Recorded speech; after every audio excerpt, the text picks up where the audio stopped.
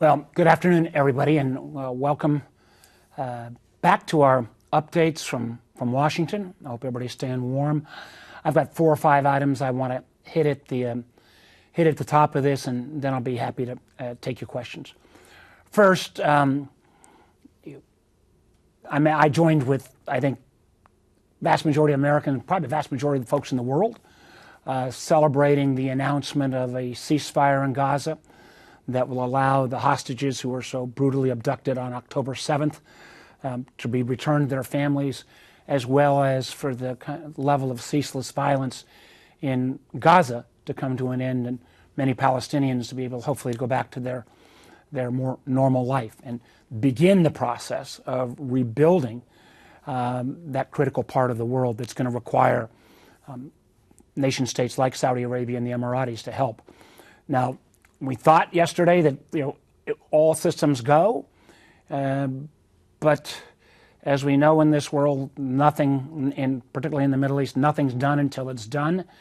And the fact that the Israeli government has not met at the cabinet level, I am not sure what the delay reason is, but clearly this ceasefire needs to be implemented. I hope both Hamas leadership and the Israeli government leadership will act on this deal. I think it was a great work of both President Biden and President-elect Trump. They came together on this. It's good for the region. It's good for the world. Let's get it done. Which brings me to obviously the second issue, the inauguration. It's coming up on Monday. It's going to be, I imagine, a wild and woolly first week or 10 days. I think the president-elect's got a lot that he wants to do. And let me say, I didn't vote for Donald Trump. I find a lot of his policies I disagree with, but I want Donald Trump to be successful. He's going to be president of the United States. I'm going to go to the inauguration on Monday. If he can help make sure Americans stay safe, that we can keep our economy moving, that we can bring down inflation, he'll have me as a supporter, and I will support many of his nominees. But when he makes policies or lays out positions that are just not grounded in any factual truth or rolls back basic protections for Americans, then I will oppose him and try to build bipartisan coalitions to do that. So I wish President-elect Trump well. I wish well for our nation.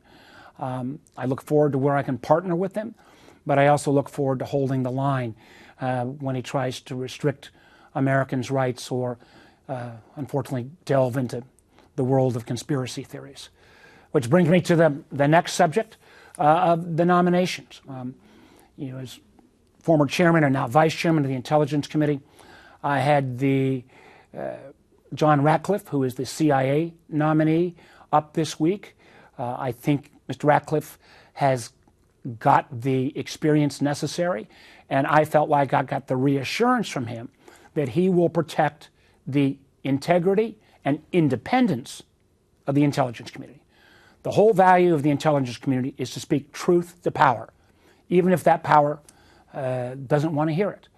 And I've been concerned because of some of President Trump's statements about attacking the men and women in the integrity of the intelligence community, or somehow saying they want to fire people based upon their political views.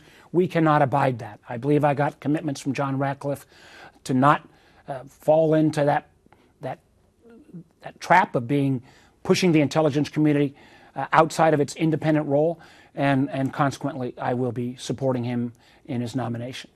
I also had a chance today to interview and press questions on President Trump's nominee for Secretary of the Treasury, Scott Bessent.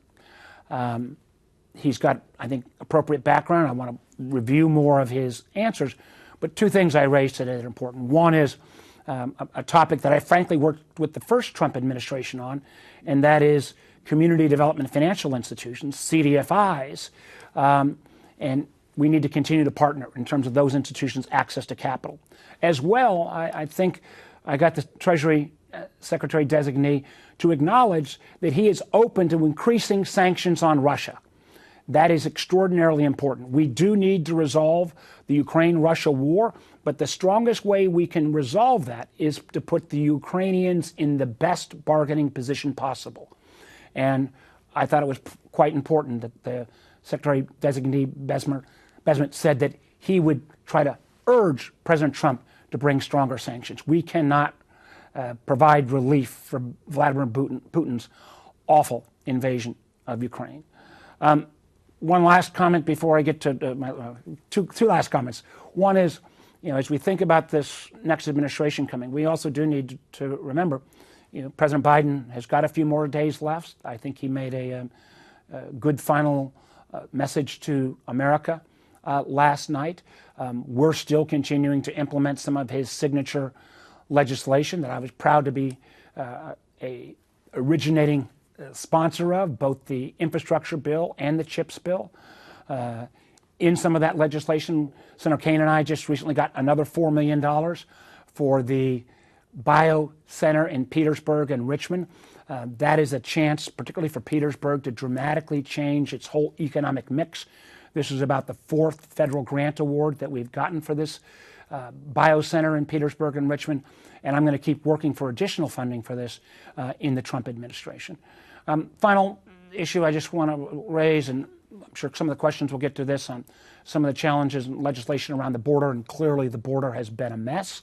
The Biden administration waited way too long to shut that down, and we need a full-fledged bipartisan immigration bill. But part of what President Trump is threatening is to deport people who have overstayed their welcome or committed crimes, going after folks who've already been adjudicated. I understand, but there are a series of individuals living in Virginia under something called TPS, Temporary Protective Status. About 20,000 plus, disproportionately folks from El Salvador, Sudan, Venezuela, Nicaragua, many living in Northern Virginia, some folks, particularly from El Salvador, going back to the 1990s. They have lived in America for 30 plus years. I'm glad to see that President Biden extended that TPS protections for those individuals, so they don't face undue pressure around whatever President Trump is going to do around deportation. So lots of other issues that are being teed up, lots of nominees coming in front of us over the coming weeks. But why don't I go to Laura at this point and be happy to start taking your questions.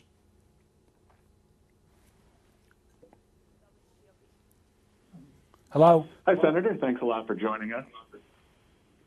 I wanted to ask you a question related to TikTok. I know a lot of things are fluid, but with this deadline approaching and reports that President-elect Trump might consider an executive order to allow TikTok to keep operating, I wanted to get your thoughts on where you think things are headed and what might take place for people who are interested in what is the next step here.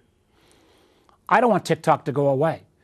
I know there's a lot of creativity on TikTok. I know there's a lot of folks who are social influencers, make their living off of TikTok. But I, like 80% of the Congress, completely bipartisan, said at the end of the day, TikTok shouldn't be controlled by the Chinese Communist Party. And unfortunately, that's what happens right now, where our data could be collected, or as more and more people use TikTok as their most important news source, the ability for that to be turned into a propaganda tool is a real national security threat.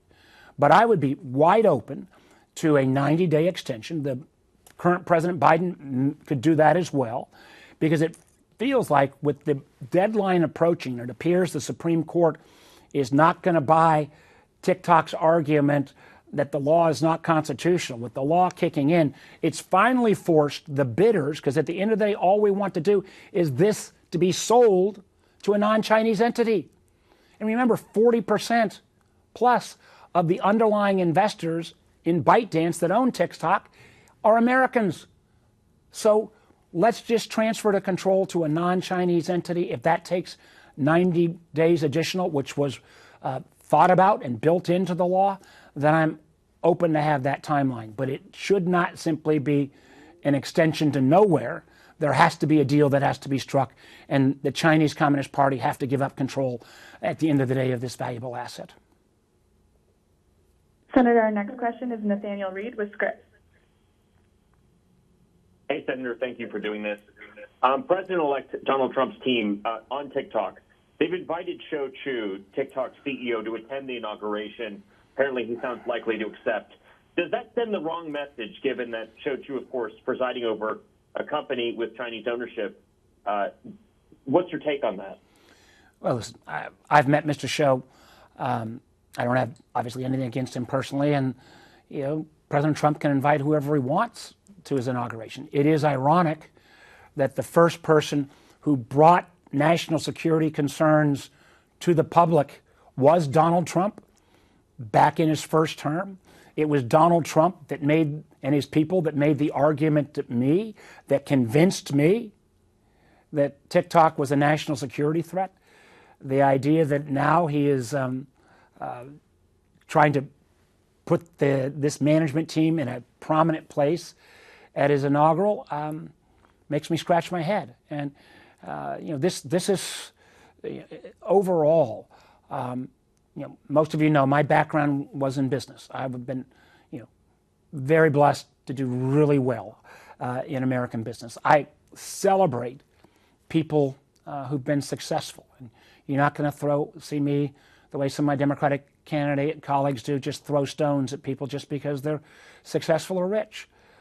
But it is more than a little weird that literally the richest people in the world are all coming together behind Donald Trump. The fact that many of them are being given positions of enormous influence without any kind of checks or balances. And I know Biden called this an oligarchy, and I'm not going to use that term, but I am going to recognize that you look at Vladimir Putin in Russia, and who are the group of people around him that are the billionaires who've done extraordinarily successful. I'm not criticizing anybody for being rich or successful, but it feels like a bit of a feeding frenzy where the wealthiest people in the country and in the world are trying to all see how close they can get to Donald Trump at this moment of transition. And I just want to make sure as policy decisions are made going forward, they're made on behalf of all of the American people and not an elite few. Senator, our next question is Colter Amstead with WCKR. Hey, Senator, I'll keep the TikTok train going. The other two people have asked my primary question, so I'll ask a follow-up question. We've heard that people are using other apps now, anticipating TikTok no longer being available. Are you worried that if TikTok does shut down, that just as soon as it does, another app will pop up that will be just as bad, if not worse, and we'll be right back where we started? Well, I would be worried. I'm not going to make a value judgment on what's good or bad on TikTok. There's a lot of creativity. I've got my kids are a little bit older, but they don't use it as much. But I got a lot of. I get asked this almost daily. Their kids are asking their parents to ask me what's going to happen on TikTok. I want it to continue. It just needs to be controlled by an entity that's not ultimately controlled by the Communist Party of China. I mean, it's like, I'm an old guy, but it would be like growing up saying there used to be the Soviet Union had what was called Pravda, their political publication that was supposedly news that was all kind of Russian propaganda. The idea that we would have let Pravda have an entry into 170 million Americans' homes where they got 90 minutes a day to view that view alone. And, obviously TikTok's not all political by any means, but the threat of that is why 80% of the Congress said no. Now, so if people move to a non-Chinese app, I'm fine with it. I do think, and this is, I think, implied in the question, what happens if they jump from TikTok to another Chinese-owned app? That's still a problem. It's why a year or so ago, I actually had a bill, bipartisan, called Restrict, that wasn't just about TikTok, but it said when we got technology coming from China, Russia, Iran, North Korea, and it's a national security threat, there ought to be a process. That foreign company ought to have a day in court and make their case, but there ought to be a process if there's national security concern to deal with it. That didn't go forward. This other TikTok-specific bill is now law. But there is this potential that people could simply jump to another Chinese app that would not then get rid of the problem. Because it's this. Don't believe Mark Warner. Believe the fact that Chinese law dictates, as of 2017, every company in China, their first loyalty has to be Communist Party. Not shareholders, not customers, Communist Party. And this is not simply some American concern. India's banned TikTok, the European Union on government phones, the UK, Australia on government phones. Even Russia tried to sanction TikTok a bit and put them on a fine basis. So this is a concern. I think my approach would have been better, but if people jump to a non-Chinese entity, I got no problem. Senator, our next question is Avery Davis with 29 News. Hello, Senator. Thank you for speaking with us. Circling back to the ceasefire, how concerned are you that this deal will not be able to be finalized before inauguration? I know that this is similar. It's just an incredibly similar deal to the one presented in May. And if it's not able to be finalized before inauguration, do you think that President-elect Donald Trump will be able to continue peace talks in the region? Well, this deal was reached because the Biden administration and the incoming Trump administration worked together. Trump had somebody over in Qatar, along with the Biden folks over in Qatar, negotiating with Hamas and the Israelis. This is the best chance for peace in the region. This is the best chance to get those Israeli hostages back to their families after almost a year and a half. This is the best chance to bring an end to the violence that still killed 70 Palestinians last night in Gaza. So you never know in the Middle East. I thought the deal was done yesterday. Working with some of the folks who've worked literally months and months and months on this, I don't want to speculate as to who is kind of walking away at this point. I hope that the cooler heads will prevail, but let's face it, both on the terrorist side on Hamas and unfortunately sometimes within the Israeli government, some of the far right wingers, there are people that do not want peace. And I hope those voices who do not want peace can be overwhelmed by the vast majority of Palestinians and Israelis who want this conflict to end. Senator, our next question is Nicholas Benton with the Falls Church News and Press. Hi, Senator Warner. My question goes to whether or not, as being on the Intelligence Committee, you could say TikTok potential national security threat, or whether there's any evidence that anything actual is being done or has been done by the communist controllers of the TikTok or not. Can you just say yes or no? Yeah, let me just say this. There was a reason that the House Energy and Commerce Committee voted 50-0 after a classified brief. I believe, and there are other nation states where TikTok has been used, and we have evidence, for political or propaganda purposes. The threat and potential of it being used in the United States is great. We continue to see that TikTok says, well, they're not putting more of the ByteDance employees in place that have more direct ties. That has been disproven many times, that they have not been straight about where they place Chinese employees that may or may not have ties to the Communist Party.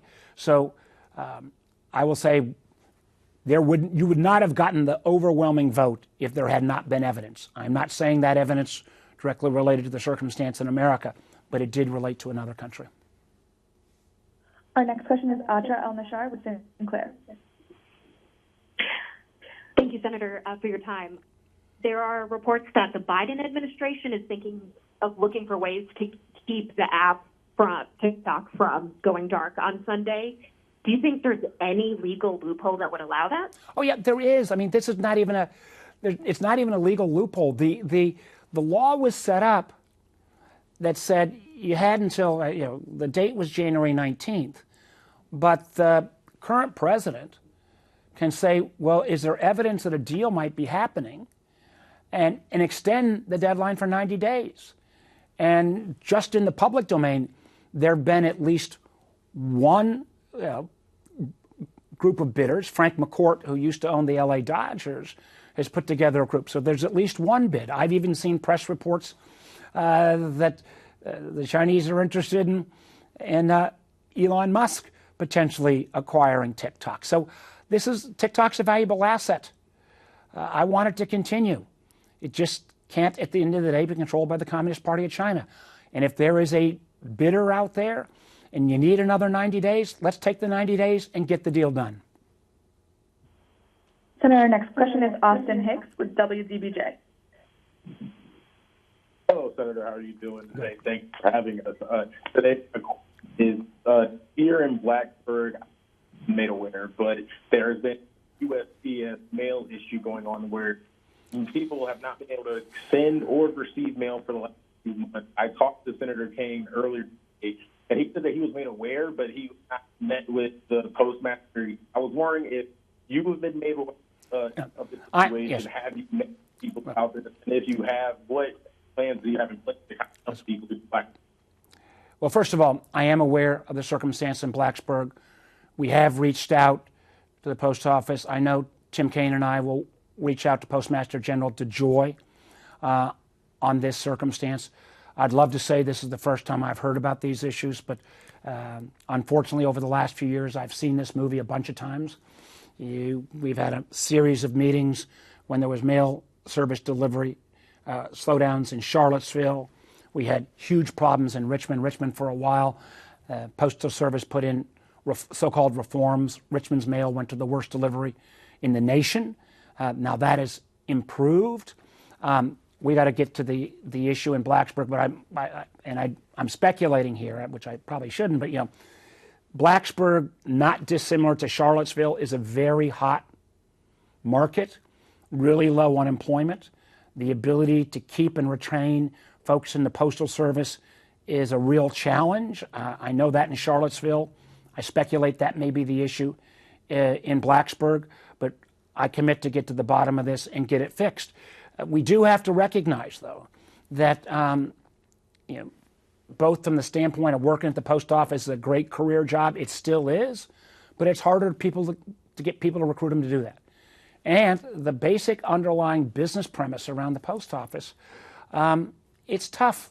If we just everybody think about the amount of first-class mail they receive anymore versus 25 years ago. People do all these things online right now. And in many ways, the irony is that the Amazons of the world and the delivery services, to kind of get that last mile, not in a Blacksburg, but sometimes in far southwest, when you got to go into the mountains and the hollers, the Postal Service gets stuck with the last mile, but Amazon or UPS or others make the money on the delivery. So I had a lot of questions about DeJoy. I think he is trying to restructure the post office and make it more effective and efficient. It is a serious, real problem just because mail volumes have gone down. But in terms of the Blacksburg situation, Tim and I and Morgan Griffith, we're going to work together and get it resolved. Senator, our next question is Michael Martz with the Richmond Times-Dispatch.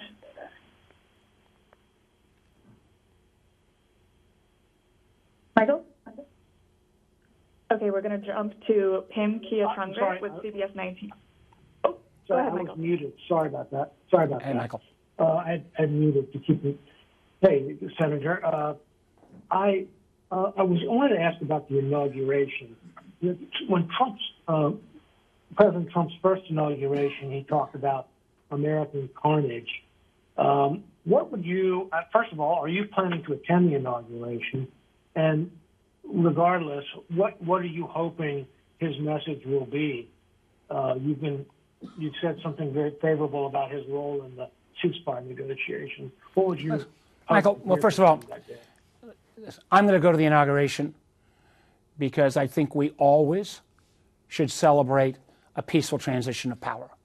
Something that, candidly, 4 years ago, the rioters on January 6th tried to interfere with. But I want to go to celebrate that peaceful transfer of power and pay respect. And as I said, I want President Trump to do well. my appeal would be, you know, he won a second term.